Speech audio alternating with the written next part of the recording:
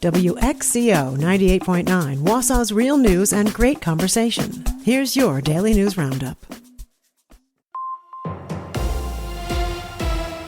For Civic Media News, I'm Connie Fellman.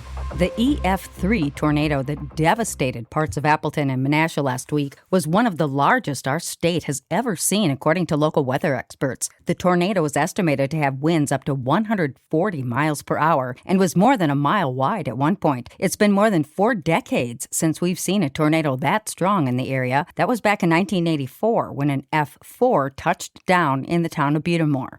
The EF3 that hit Shawano through Langlade counties in 2007 had higher wind speeds, but wasn't as big. In fact, forecasters say northeast Wisconsin doesn't have a recorded history of any tornado larger than what hit the valley last week.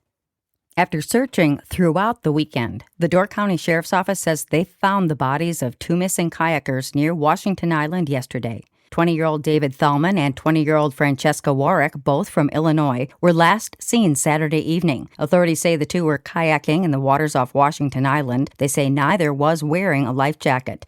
Police from Washington Island and Gibraltar departments, as well as personnel from the Wisconsin Department of Natural Resources, U.S. Coast Guard, and several local fire departments searched for the missing kayakers late into the night Saturday and all day on Sunday. Door County Sheriff's deputies took over the search when it transitioned to a recovery effort on Sunday. Recovery workers found the bodies in the water just before 11 a.m. on Monday. A plane crash in Dunn County left 2 people injured Sunday afternoon. According to officials with the Dunn County Sheriff's Office, the incident occurred shortly after 12 p.m. near Boundary Road in the town of Hay River. The pilot, a 36-year-old woman from South Dakota, and her passenger, a 51-year-old Marshfield man, were both taken to a local hospital. Investigators say the aircraft had just departed from the Boyceville Municipal Airport prior to the crash. The cause of the accident remains under investigation by authorities. A 37-year-old Menominee woman is facing charges of attempted first-degree intentional homicide and child abuse following an alleged attack on her 7-year-old son.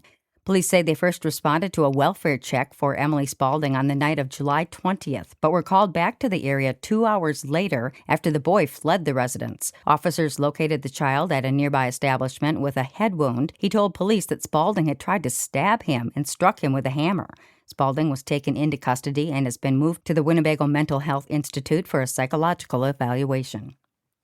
The Wisconsin Department of Natural Resources is looking for help with statewide surveys. Officials say volunteers are needed to assist with monitoring deer and game bird populations across the Badger State, known as Operation Deer Watch and Game Bird Survey. Data gathered during the survey helps scientists understand the reproductive status of those animals and make decisions on wildlife management. Participants would just need to submit sightings on a mobile app and don't need to register. The Wisconsin Supreme Court has taken their show on the road. Oral arguments have been scheduled for Chippewa Falls in October. Officials say the Justice on Wheels event will help people learn more about the court, the appellate process, and the role of the judicial branch. The hearing will be open to the public. More information, including the case and seating details, will come out later.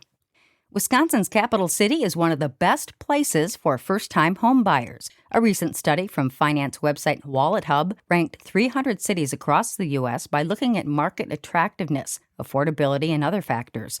The survey placed Madison as the 18th best city in America for those buying a home for the first time. However, 2 other Wisconsin cities ranked ahead of Madison. Green Bay was ranked 13th, and Kenosha was 17th. And that's your state news update. I'm Connie Fellman for Civic Media News.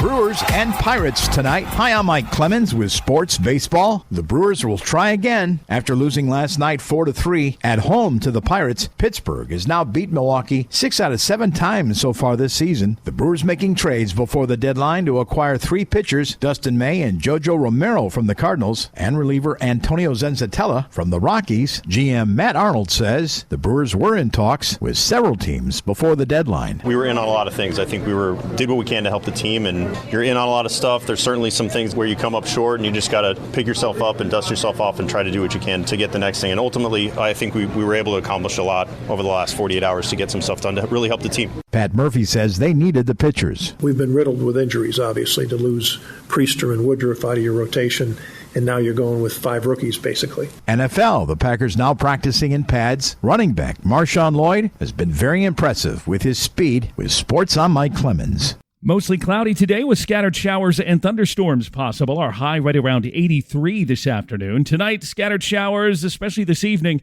We will drop into the mid to upper 50s. Tomorrow, partly cloudy with a high of 78. I'm meteorologist Sean Cable. That's your Wausau News Roundup from WXCO. Find more news anytime at WXCO.FM. Subscribe to this podcast on Spotify, Apple, or wherever you find your podcasts.